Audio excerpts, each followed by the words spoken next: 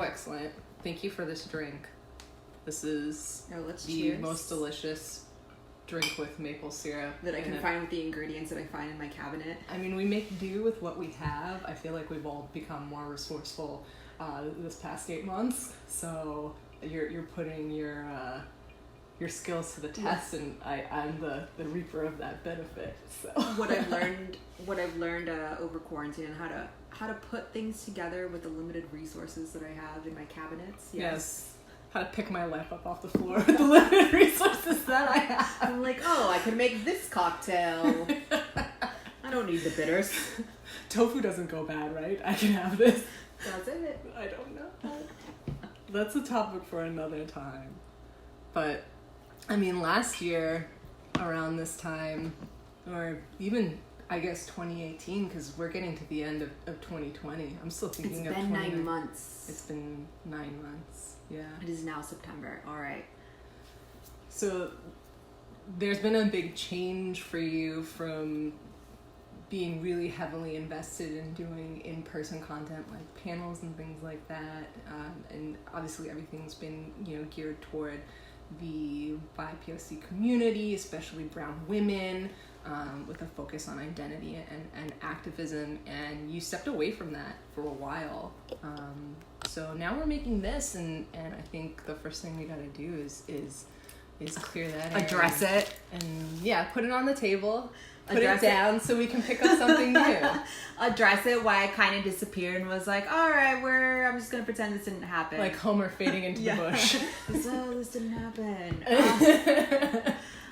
A summer ago, it was a really stressful time in my life personally, but apart from that, running Brown Girl Club, I created it originally with the intention of creating this like amazing network in Bushwick and just generally in the New York City area for women of color to come together and create a safe space for us, both in the public eye, where we can have conversations regarding social and economic and racial topics, and then also privately, where we can come together and really be in a safe space and really just kind of have like our fun girl moments where we just chat about things that are private to us. And so doing that for 2 years took a lot of energy for me. And I think that anyone who kind of does similar work that is like not for profit, that is community organizing, that is just kind of like either, what's the word I'm looking for? That is nonprofit work. It's grassroots driven. That's right. Out of your own pocket. It's out of my own pocket. A lot of my projects were. It can be really overwhelming, especially if you're just doing it yourself. And even like, and I wasn't always doing it myself because you were definitely there helping me. But it was just kind of like, if I didn't think that 2 people was enough, imagine like how much more work, how much more people, and how many more hands in I needed for it to be more successful. Yeah. Because when you just have one person trying to organize people privately and publicly, in order, I think for it to last long, you have to have a lot of passion and not be burnt out at the same time. And I feel like that's what was happening to me. I feel like I was being burnt out with all my projects, and then just running out of passion for it. So I felt like I just needed to take like a time for myself to really focus on like my mental wellness and regroup myself, because I felt like I was losing a lot of inspiration for all the projects that I was trying to do, for the community, all the public programming that we were trying to do. And I felt like it was just so much like rush, go. And then things just kind of started to fall apart at the end, that I was just kind of like, I'm going to take a step back and just take a moment for myself for however long that takes. But I never stopped thinking about organizing, and I never stopped thinking about putting content out there.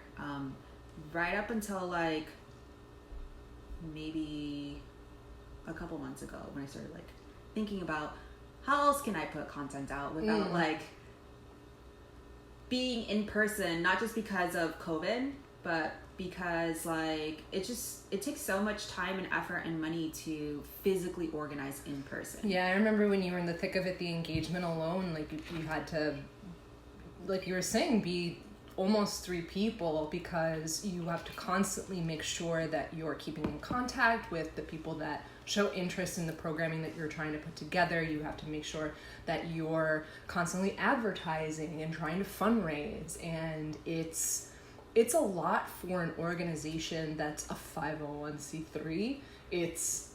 I can only imagine insurmountable for one person using their own resources. You have to wear all the hats. Yeah, and all the hats are fucking heavy. But so you never stop thinking about trying to engage and put forth content that would be valuable. So why or how did the idea to kind of re-emerge with a podcast come about? What's the story behind that? I think definitely quarantine helped with that, because it was just kind of like, how else am I going to put my voice out there, or how else can we, people who still want to be involved with like Brown Girl Club, people who still like want to pitch projects and organize us around the community, like how else can we come together and make things happen, share our voices? And we live in the digital age where like we could really do anything without even meeting each other. Mm-hmm. At work, because I work during the day, all our meetings are through Zoom. Like you don't even have to see my face, you just hear my voice, and that's good enough. So I kind of had that same idea where I was just kind of like, well, if I could do this at work and you're just hearing my voice, it's like the same thing with a podcast. So you're just hearing our voices, and it's a great way to quickly put content out there without having to pay up front for like a venue and having to do all the advertising and PR and like finding all your speakers really quickly and like making sure that they show up physically, and then making sure that the people show up physically for like your talks. So this just feels easier too for like whoever really wants to be engaged with us. Like you don't have to like come out to Bushwick and be like, okay, I'm here. You could just pop us in when like you're working out, or like in between, I don't know, when you're out in the world taking a walk or something. It just seems so much simpler. Yeah, I'm self-professed very big consumer of podcast content. I use it for my like current events. I use it to learn about new things. It's pretty much my background during my work day all the time, and I love podcasts as a genre, and I always feel like I get something valuable out of my most favorite ones. So this idea is pretty exciting for me, because I also agree that not only is this more of an immediate way to reach out again, but it's also in some ways I feel a more direct path to the things that you want to discuss and want to talk about. It's kind of a more immediate version of what would otherwise be a panel discussion, right, or an event. And we can put these ideas out, we can have these discussions, and then we can engage in future episodes with the responses that we get. And definitely. That's another way of perpetuating that community vibe. It just feels like, I just love how convenient it is, because I often, like, apart from my own community organizing, I see these other events that do their own community organizing.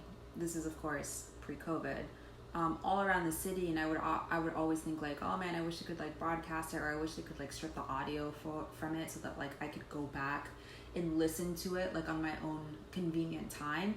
And that's kind of like the same thing as a podcast. So I was just kind of like, why not? Why not just do it? Why not start it? Why not see what kind of response we get from it? And I feel like we could literally talk about anything, and it could just be so much fun. Agreed. I mean, with that, let's switch over to our topic for this first episode.